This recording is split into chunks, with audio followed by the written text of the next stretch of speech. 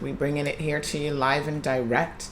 Of course, we are covering coronavirus in great detail. Someone keeps messaging me this morning. Give me one quick second. Let me just try to shut down my WhatsApp. We have a lot of questions coming in. So the first thing I need to do is shut down WhatsApp.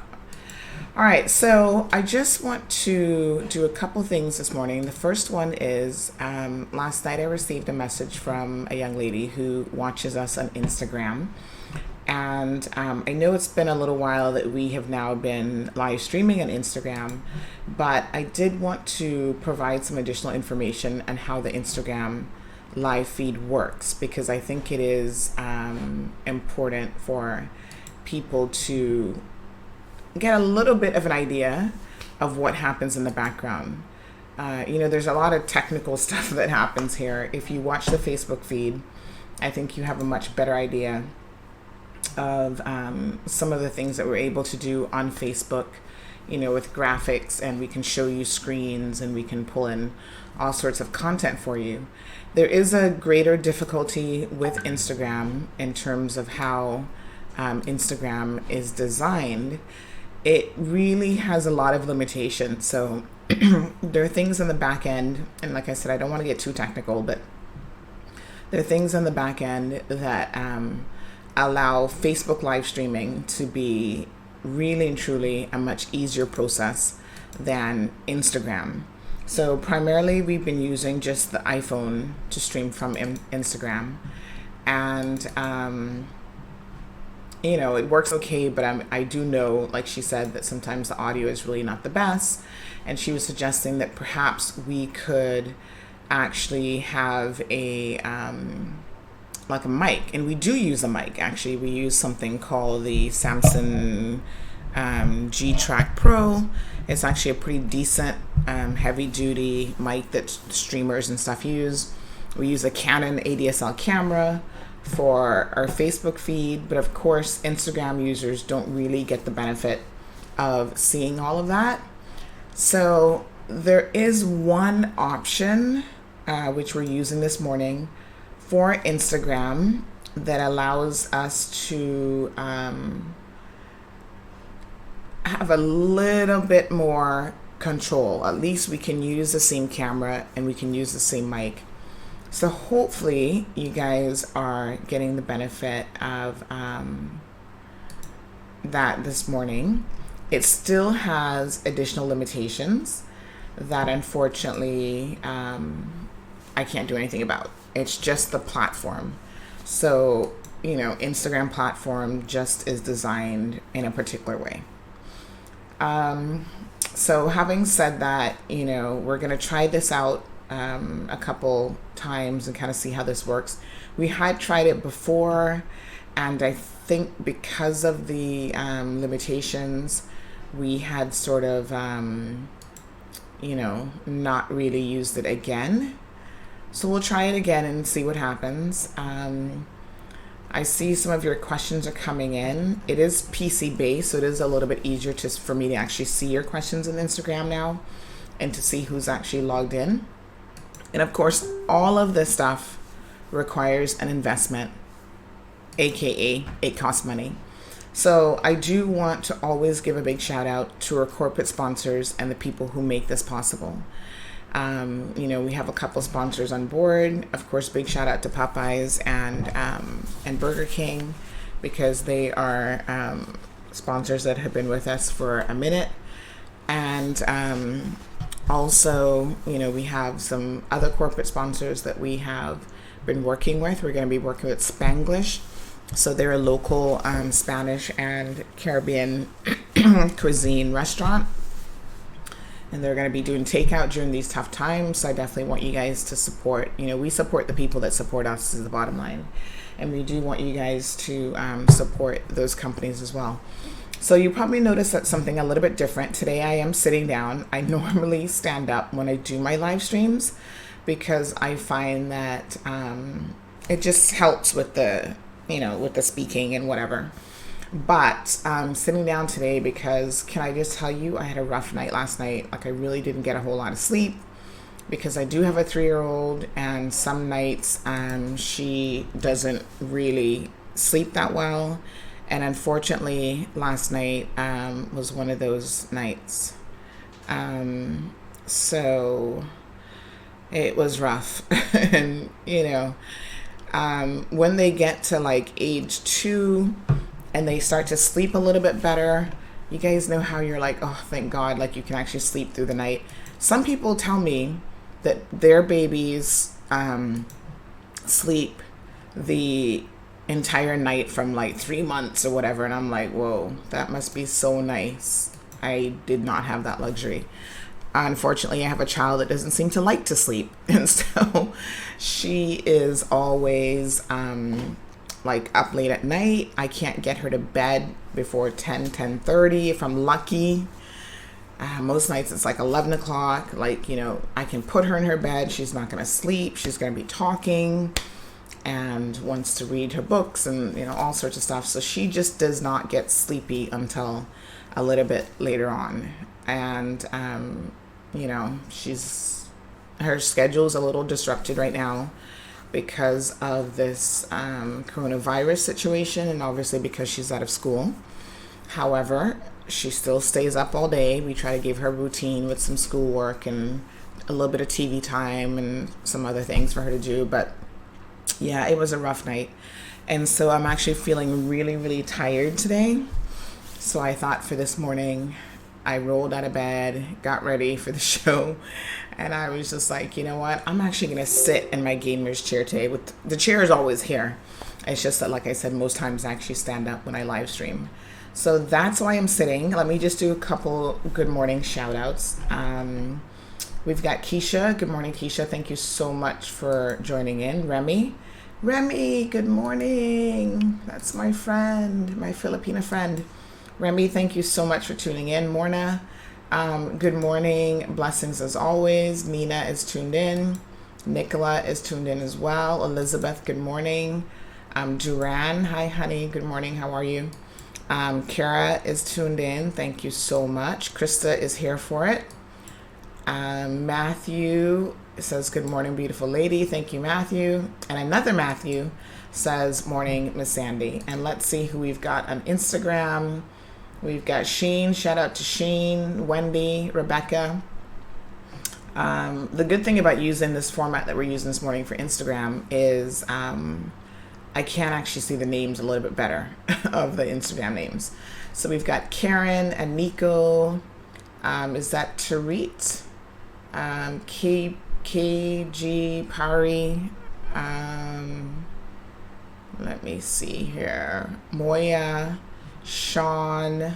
Ooh, Sean is tuned in. Thank you, Sean. Young Tiller, I think. Milady 345. Shano.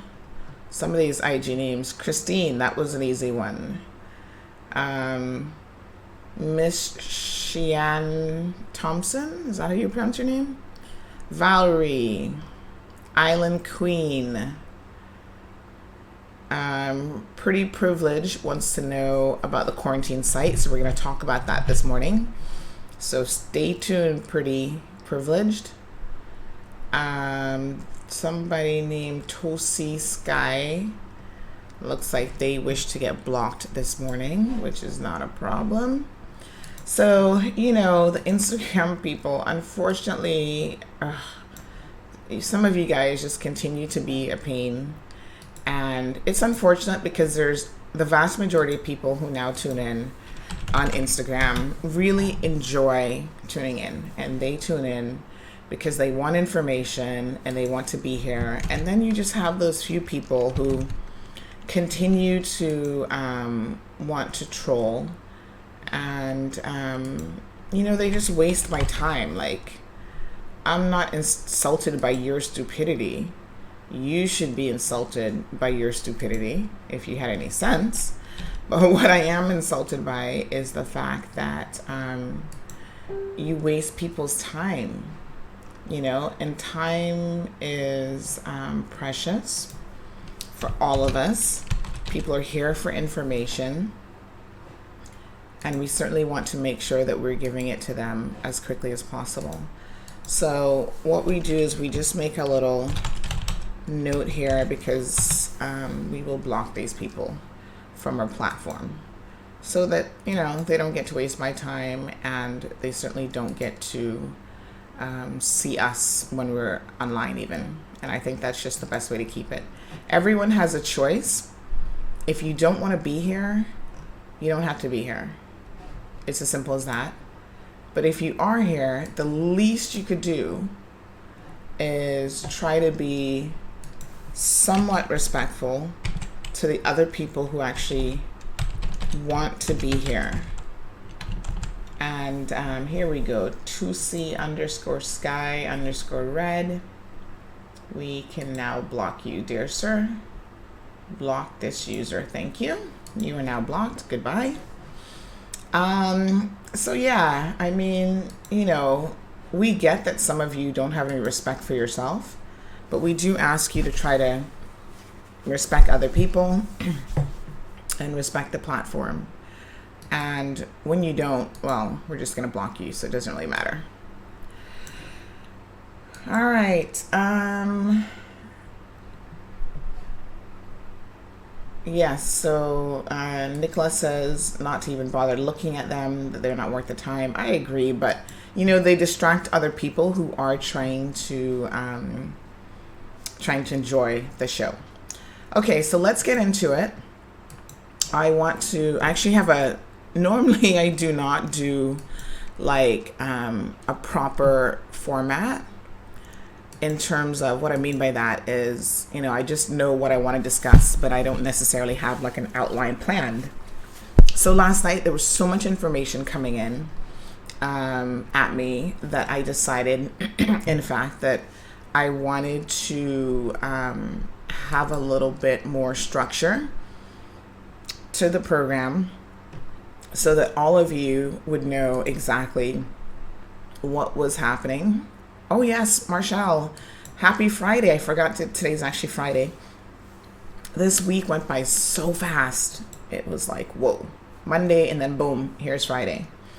So yes, thank you guys so much. The first thing I want to say is at 10 o'clock, we will be having another segment with Mr. Woody Foster from Foster's Supermarket. And he's also the president of the Cayman Islands Chamber of Commerce. So he's a very busy person, and we've been trying all week to get him on the show. So I am very, very pleased to say that we have him on this morning. Barbara says, good morning, girl. You're doing a great job. Thank you so much, Barbara. Right, so let us just have a quick look at a few things. I did structure the show this morning, like I said, because of the fact that there's so much going on that I want to kind of keep on track with the things that I want to discuss. So a lot of people, and I saw that someone asked this question already, people are asking it from last night, they want to know where the students are staying. Now, the government didn't say yesterday where the students were staying, so we had to do a little bit of digging to get this information. I don't know why they didn't say it. I mean, the day before they said that they had several hotels available and they were still working through the details. So I assumed at that time that the reason why they didn't say is because they didn't have the firm details. But as of yesterday, they were already busing kids or young adults to the facilities. Now, like I said, last night on last night's show, there have been some persons who have been highly irresponsible, and their being irresponsible is a sad indictment on them personally. And you know, they're adults, so of course their parents are like, we can't take accountability for adults. But what I do want to say is, speak to your children that are coming in and impress upon them the importance of ensuring that they adhere to the self-quarantining recommendation, which is a strong recommendation. It's not in law and no one can force you, but it is a social recommendation based on what we know works to try to contain and control COVID-19 disease. So as of yesterday, we now have 3 cases, and this is very, very serious.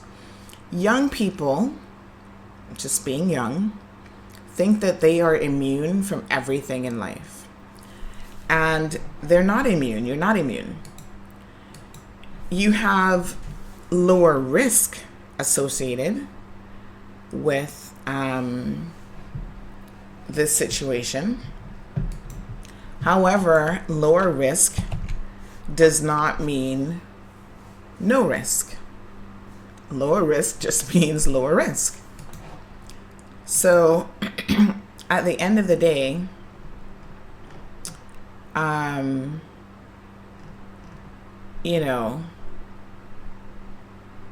me just see, someone just asked a question. At the end of the day,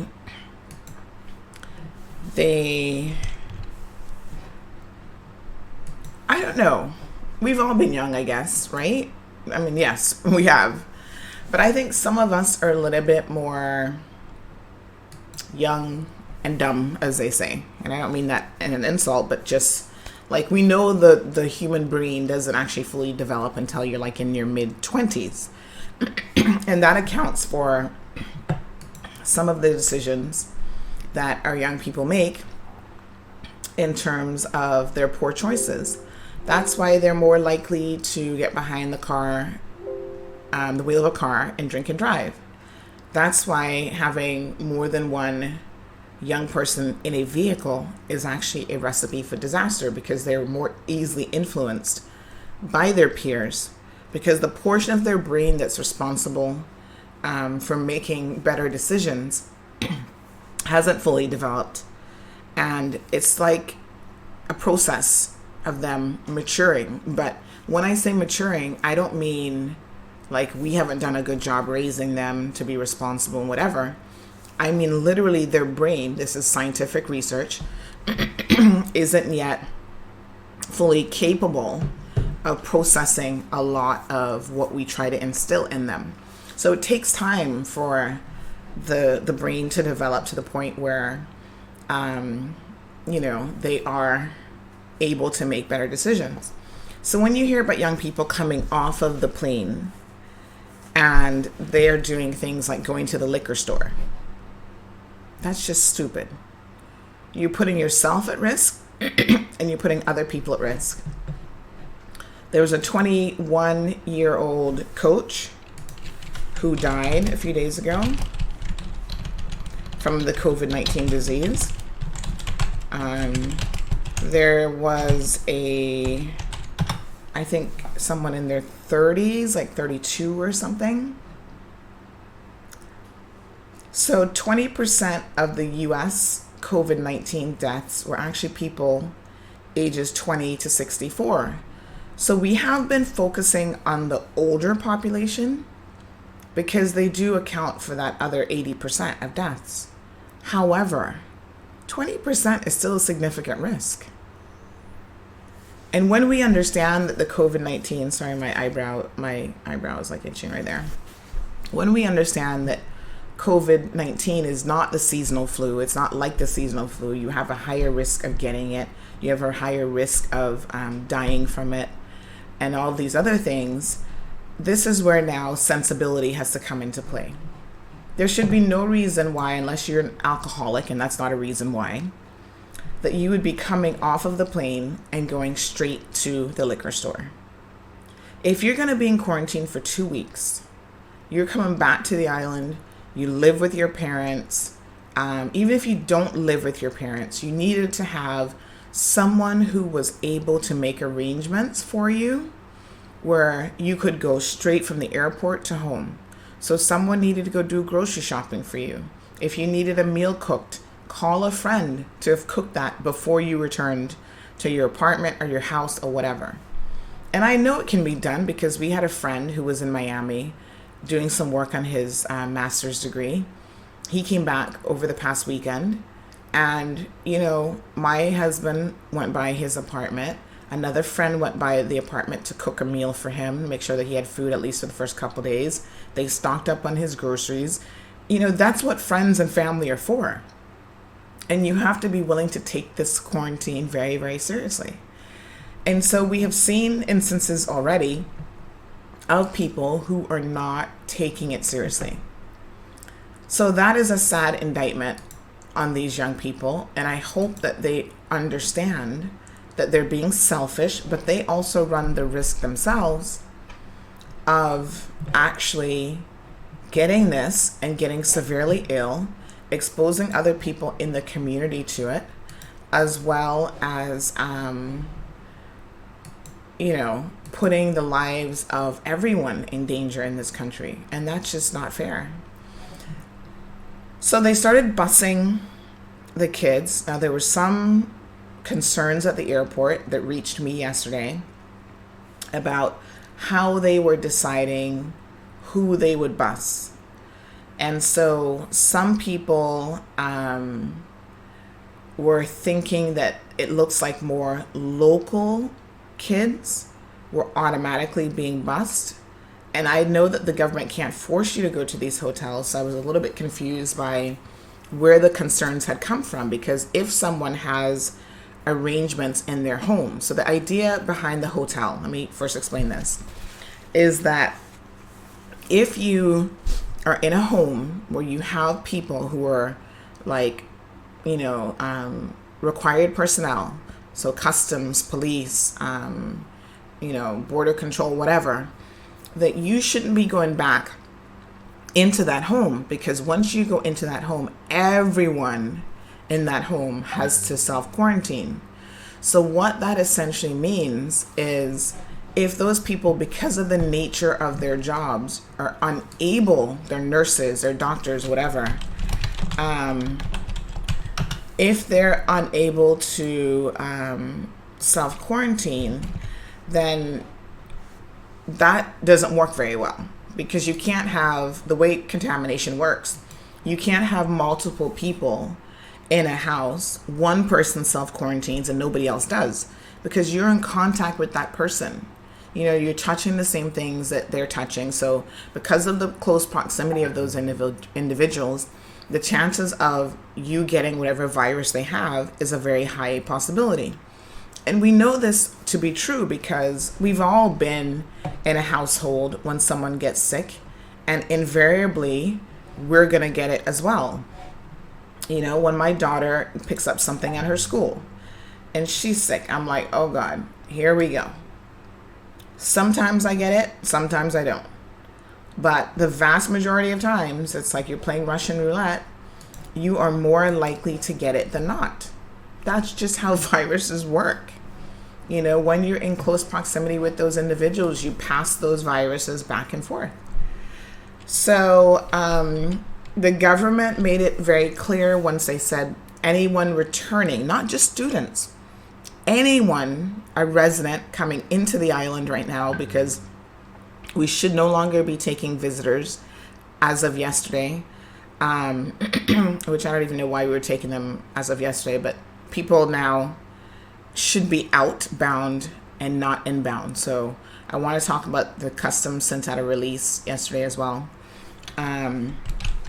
So essentially, you need to comprehend the measures that are in place and what it is that they are actually trying to do. So at this particular stage, anyone who returns needs to not only self-quarantine, but they need to quarantine their entire household. If for some reason that's not possible, and we have a situation that I'm going to beg your indulgence with here with a 15-year-old that we really need to get her some help. But if that's not possible because there are essential workers in the household, or there are people in the household who are sick, that person who's returning, the returning resident, should not go back into their home for that 14-day quarantine period. So the government was obviously in a bit of a quandary because you had something like almost 500 students from the UK alone returning to the Cayman Islands. So they said, okay, what are we going to do? I think the hotels reach out to them with a suggestion because obviously the hotels have shut down. They don't have anybody staying there.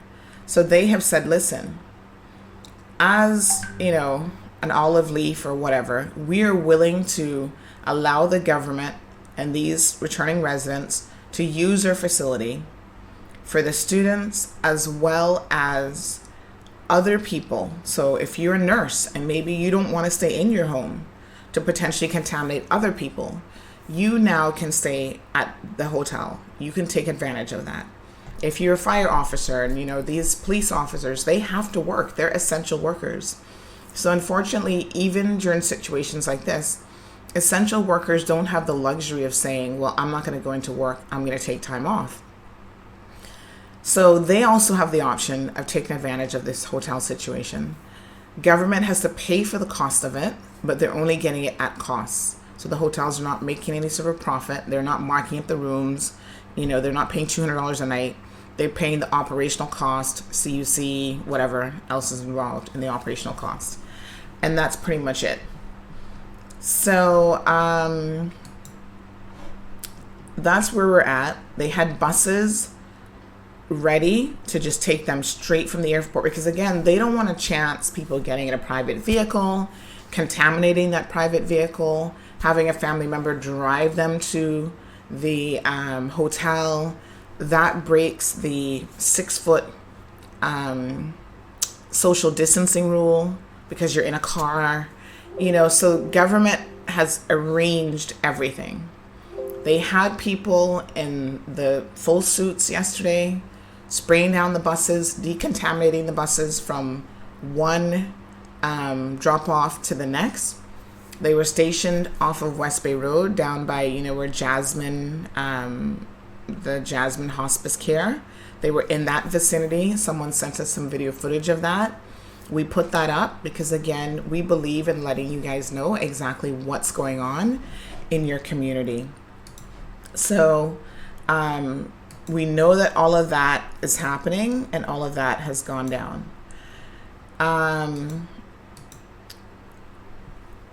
We also, like I said, have gotten some concerns that people are like, oh, is the government actually forcing certain people versus others to go? Because it seems like there were more Caymanians, like when I say Caymanians, like people that are like me and probably you.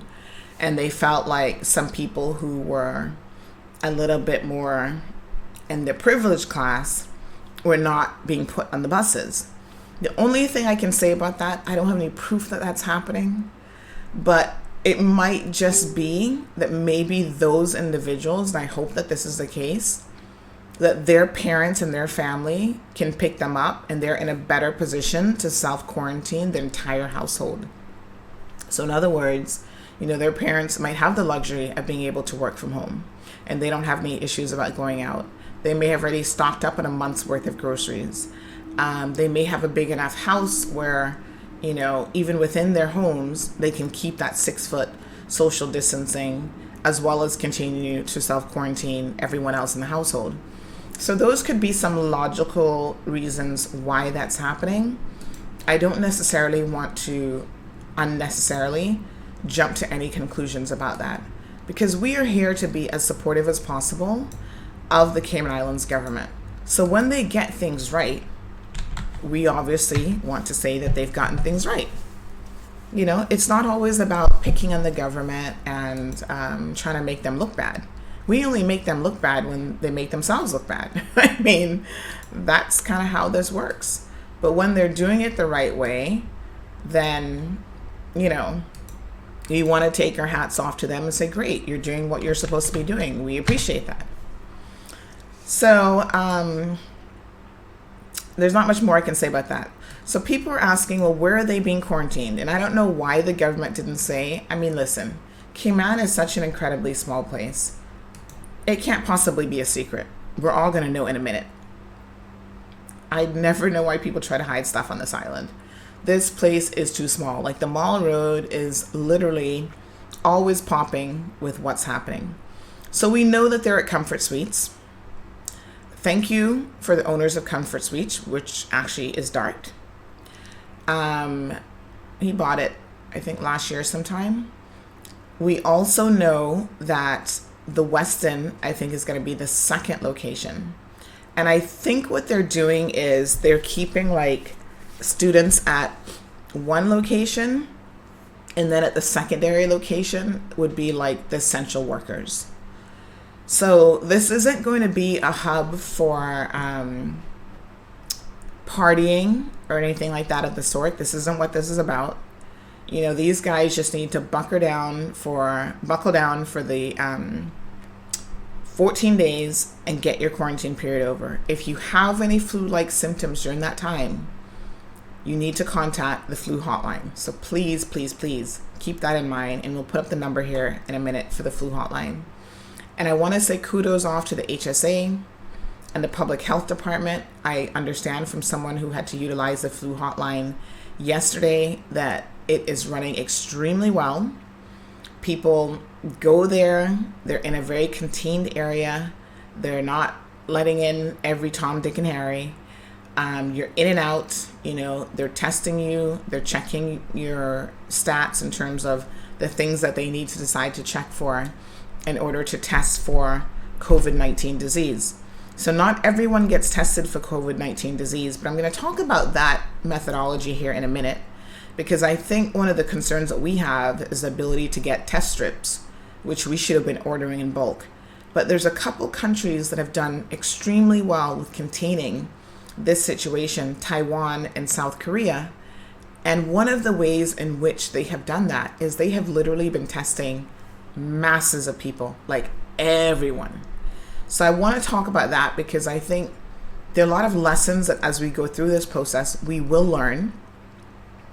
And we learn from the mistakes of other people. We learn from our own mistakes. And we also can hopefully learn from the successes of other countries as well. So I'll talk about that in just a little bit. But yeah, so they're going to be at Comfort Suites. Westin is location number 2. And that was a question people just wanted to know. Where are they? I mean, it's not a big deal. It shouldn't be a national secret in any event. So let me just return to some of your comments and questions. Lots of good mornings. So we have Darlene tuned in. Good morning, Darlene. Noreen, I think. Chambers, Tracy Ann. Marcia. Mahish is tuned in. Valdine from Cayman Brack. Thank you. Valdine, while I've got you here and you reminded me from Cayman Brack, let me stick to my agenda. I'm going to go down the list here. So late last night, we got word that a certain individual who is a resident in Cayman Brack, she's actually married to Cayman Bracker, she lives there, happens to be an American, that she returned from a cruise. Now listen to how irresponsible this is.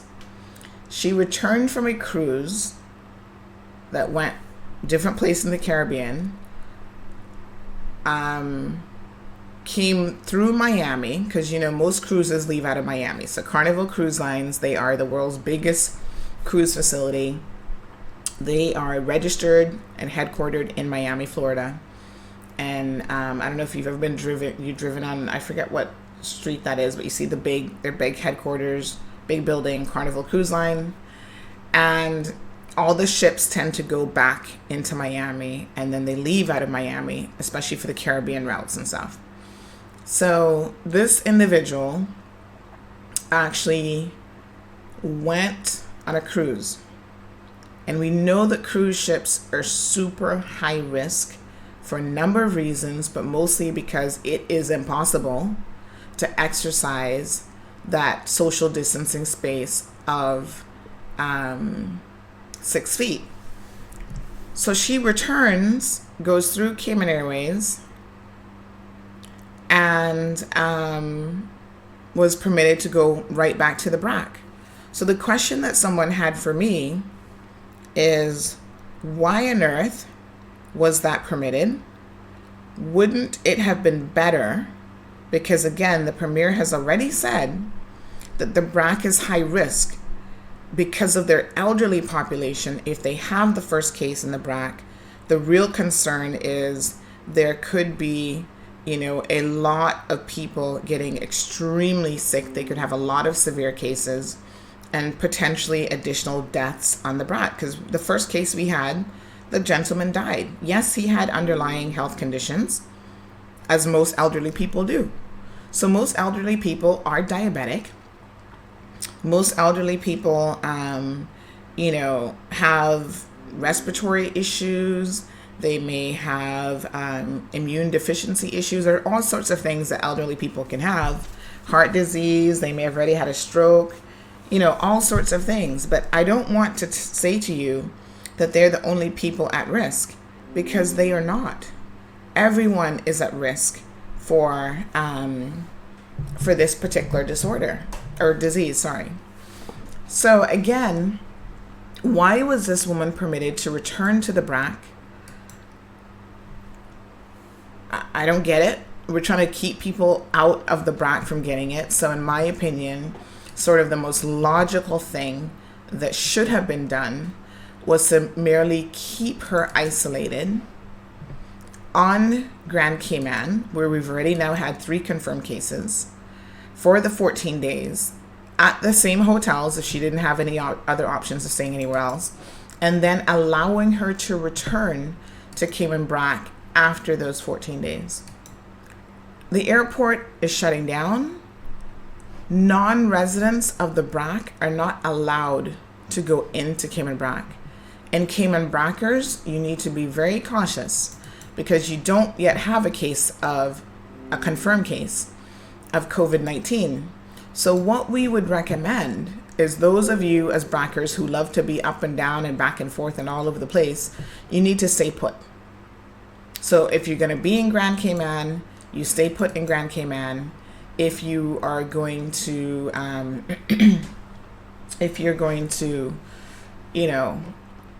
stay in the BRAC, then stay in the BRAC. Don't come back and forth, because you are raising the risk of someone else getting this in the BRAC. So we have some permit-related questions. I do want to get to some of your questions. Lizette, good morning. Morna, hi. Miss Juanita, thank you so much for tuning in. Miss Ruth. Nolvia says, what happened to the wife of the dead Italian tourist?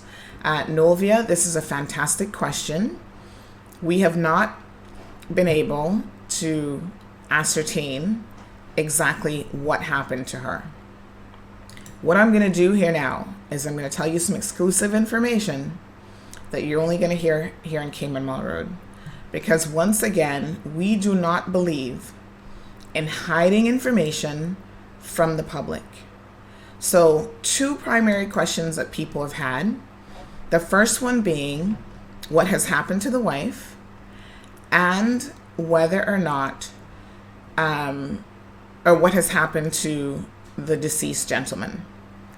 So the first part of that question is, we are, Sharissa says, thanks for addressing this, Sandra. I'm so concerned for my elderly parents living on the BRAC. It's a very, very serious concern. And again, I do not know how she was permitted to go back to the BRAC. And we know who she is. We've not named her as yet. We are thinking very, very hard about whether or not we need to start naming and shaming people like this who are putting other people at risk. But let me just say to her, if she's listening, or to anyone else in the BRAC who may know her, the suggestion that I'm going to put out there for everyone who is thinking about not self-quarantining is don't do it. Because if anyone sends us your name with information that we can verify, such as travel history, and we feel confident in that information, we will find your photo and we're going to put it up on social media to let people know that you have no consideration for anyone else. So if they see you out and about, to avoid you like the plague, to stay that 6-foot social distancing, because you need to respect that other people could be killed because of your poor decisions. So thank you, Sharissa. So yes, I think naming will save lives, and I think, that we're going to end up doing that. trying to get some more information about this woman before she becomes the first person to be named. So, yes, the wife, we don't know if the wife is one of the two persons that they mentioned yesterday that are the additional persons that were tested who have COVID-19. We only know that the additional two persons have mild symptoms, is what the Health City has said, and that obviously they were in the Health City facility. Health City has been very low-key on giving any details. The chief medical director or officer, what's his CMO, chief medical officer, Dr. Lee, who has a background in pain management, has indicated over the last couple of days that he felt like giving any information on the patient's wife or even on him now that he's deceased is like a matter of national security and can't be shared. I think that's complete bollocks, aka BS. And I do not agree with that decision. We're not asking for his social security number and name. You know what I'm saying? We are just simply saying what's going on here, what has happened. And for the benefit of the people, I think the people of this country have a right to know. I sent some feedback to the cabinet about how he was answering those questions, because I think what he was doing based on the response that I received from people, and he's just creating more distrust of the government and of the people sitting on that panel. And I'm sure that that really should be the last thing that they're wanting right now. They should definitely want people to feel like they're giving us the truth, they're telling us what's going on, they're being honest and truthful with us. But unfortunately, when you refuse to answer a question and you say, well, this is a privacy concern, we already know the dude had it. We already know a 68-year-old Italian man who came off of such and such a ship, who has previous heart conditions, had 2 hearts. Like, how much more information do you think we need? People only want to know, did the wife get it? And, you know, now that he's deceased, which you confirmed, where is he? What's happened to the body?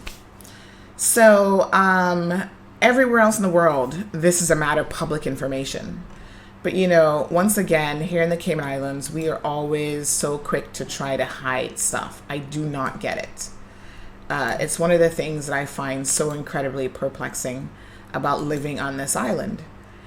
Even when we import workers from elsewhere, they adopt the mentality on this island, which is, let's keep everything hidden.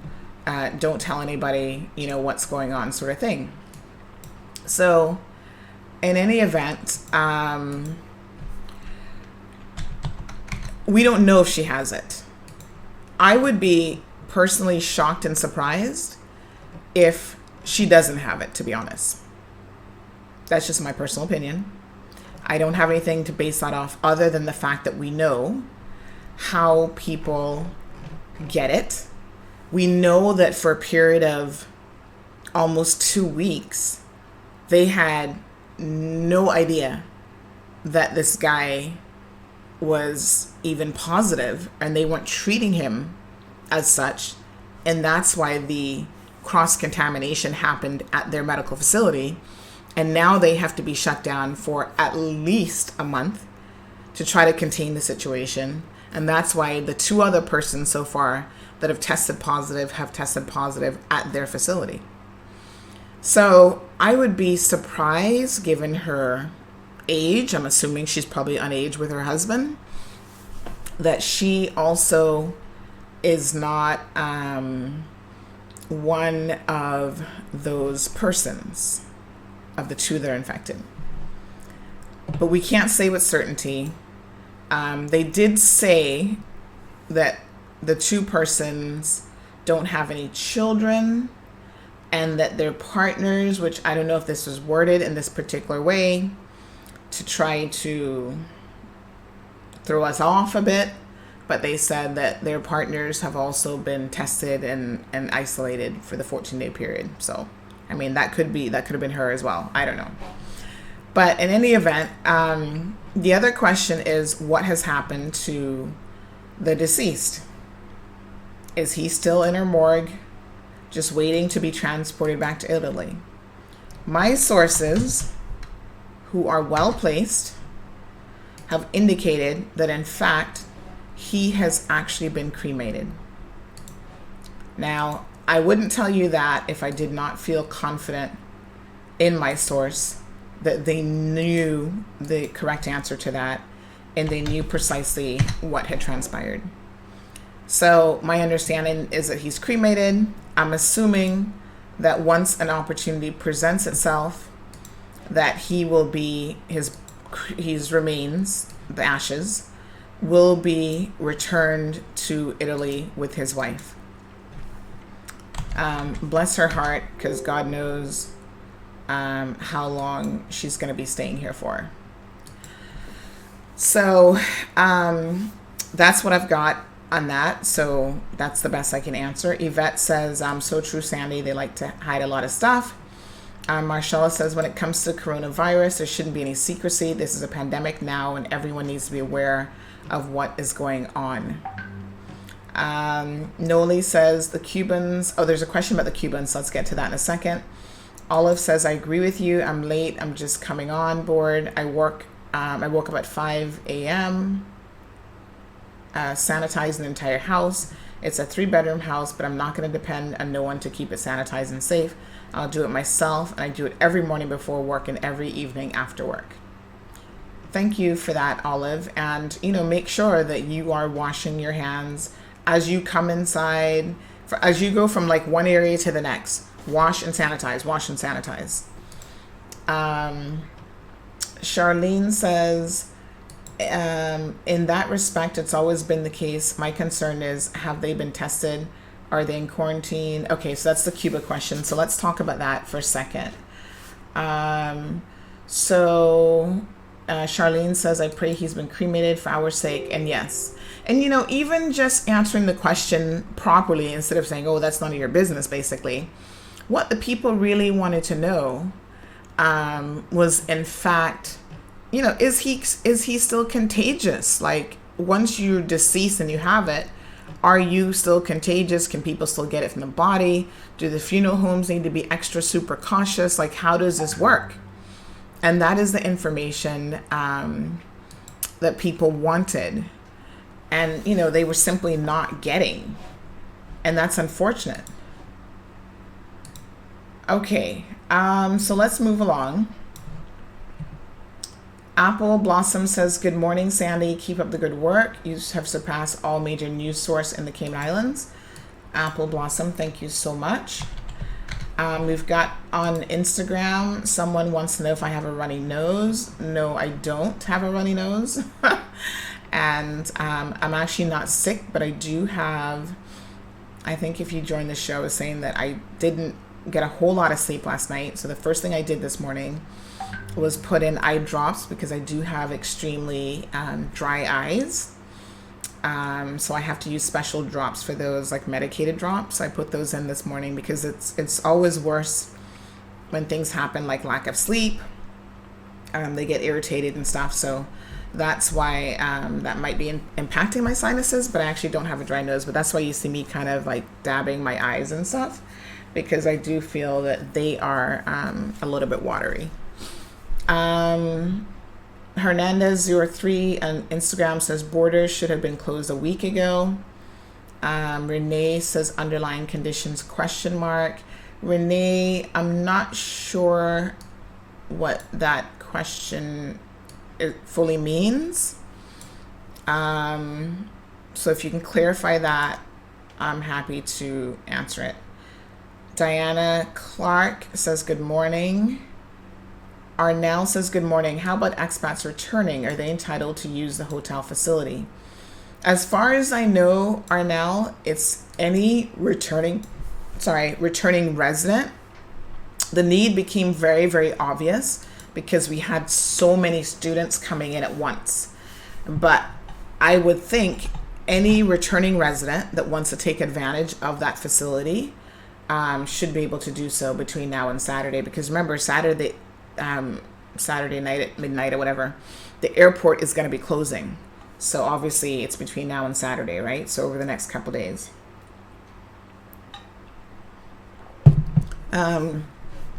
Miss Militant says, I heard that the 2 persons are medical staff at Health City. That's entirely possible. And then she goes on to say, but CMO didn't clarify this. Yeah, it's entirely possible. I mean, obviously they tested some 30 people from that facility, so God knows it could be any of those persons. I was just saying that I would be surprised if she didn't get it. Like, that would mean her immune system is working pretty well. And then Miss Militant says, I don't agree with asking about the deceased patient's remains. I can understand the curiosity. I just feel that information in something, is meant to stay private. That information is meant to stay private. But why? I mean, why is that private information when it's a matter of public health? And people want to know. So Lady Den says, good morning, Sandra. Speaking of death regarding COVID-19, I saw on CNN this morning that a lady and her 3 adult kids died earlier in New Jersey. So sad hearing from that family. COVID-19 really sucks. Yeah, I mean, an entire family. Oh my God. That is horrible. I'm sorry to hear that. But this is why people need to take it seriously. Like, it's not a joke. You know? Miss Militant says she just thinks it's a matter of respect for him and his family. Well, you know, it's unfortunate, but when you get something like COVID-19, and that's now a public crisis health issue around the world, and it is a pandemic, there's a certain amount of information that gets put in the public domain. So yeah, we don't need to know everything. We don't need to know his name. We don't need to know who he is.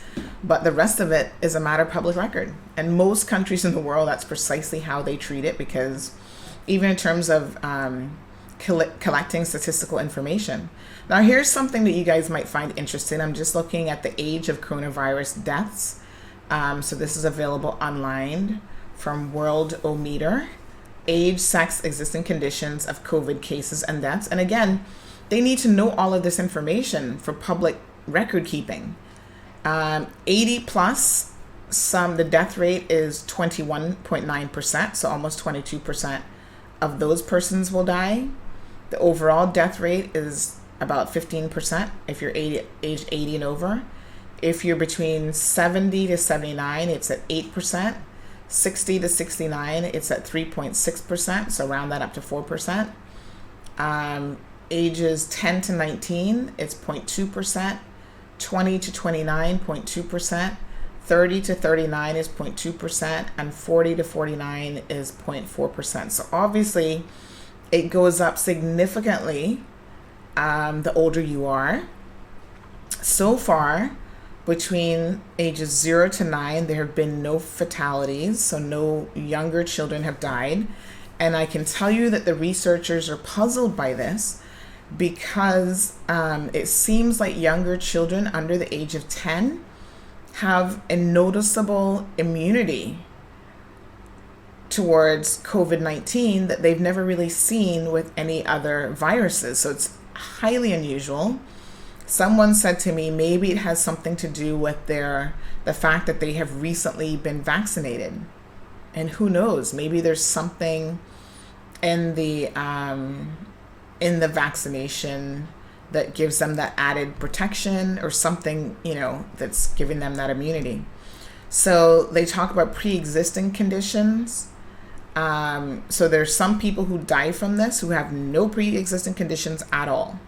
And then it goes up when you have cancer, hypertension. So hello, you know how many people in our community have hypertension? Hypertension is just high blood pressure. Probably 80% of Cayman has hypertension. So that increases your chances of dying from this, 8.4%, 6%. Chronic respiratory disease, death rate 8%. Diabetes, if you're diabetic, your chances of dying from this goes up. If you have cardiovascular disease, your chances from dying from COVID-19 goes up as well. Speaking of that, let me just interject something at this point. Some employers appear to not want their staff to stay home despite being sick. And I cannot tell you how disturbing this information is. Last weekend, I received word that this was happening at a local grocery store. When we receive information like this, we try to reach out to the employers if possible and try to verify exactly what was going on. So the information we received in that case is that the person had they work at a grocery store and their spouse works at Health City, and that the spouse had been quarantined and they had asked to be quarantined as well, and they had been refused by their employer. So I contacted the employer because I know this employer very, very well. And they were shocked to hear that because that's not their company policy. That is not something they would support. So they said, let me dig into this and check into this. We didn't have the name of the individual, but it didn't take very long to figure out what location they worked at and exactly who the person was. Come to find out, the story didn't quite go like that. It was a case of this person actually wasn't quarantined. They weren't, in that batch that was sent off from Health City to be tested, but they did work at the facility. But the employee actually wanted the time off for childcare issues because they had no one during that first week to essentially watch their child for them. That's a very different situation than saying your spouse is quarantined and you should be quarantined and your employer refuses to let you off. However, we have been hearing of cases where people are exhibiting flu-like symptoms, respiratory issues, diarrhea and all sorts of other things, and their employers are refusing to give them the time off. Like, I've never heard of such ridiculousness in my life. By law, if your employee is sick, you have to give them the time off. And especially in a situation like this, where people are sick with COVID-19, why on earth would you not give them the time off? Like, seriously. So again, there's certain times in my mind that naming and shaming people is the thing to do. And so if we need to, we will name and shame you as a company. So please don't put yourself in that position, because we are not impressed with any employer who decides to take that approach. This is a public health risk. Everyone is at risk here. And especially if you have employees that work as frontline employees, they have to come in contact with people. They work at the pharmacies, they work in medical facilities, they work in dental offices. Do not expose those persons to that sort of thing. If they're sick, you're exposing them to other people. Dolly Queen says 100% she have it. I think the chances are high. I don't know if they're 100%, but they're high. She said she's asking if the 21 and 30-year-old died Karen, thank you so much for clarifying that. I'm going to find out because I don't know for sure. Let me see if I can find out. Coach.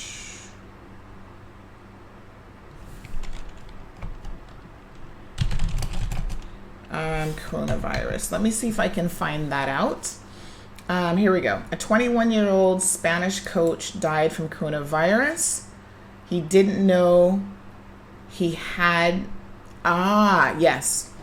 So he did have underlying conditions, but he didn't know it. Now this is crazy. Thank you so much for the question. So apparently he actually had a form of leukemia as a pre-existing condition, and it had previously been undiagnosed. Isn't that sad? So he didn't even know that he had leukemia. So he died on Sunday, and it was only after he was hospitalized with COVID-19 symptoms that he learned that he also had leukemia. So sad.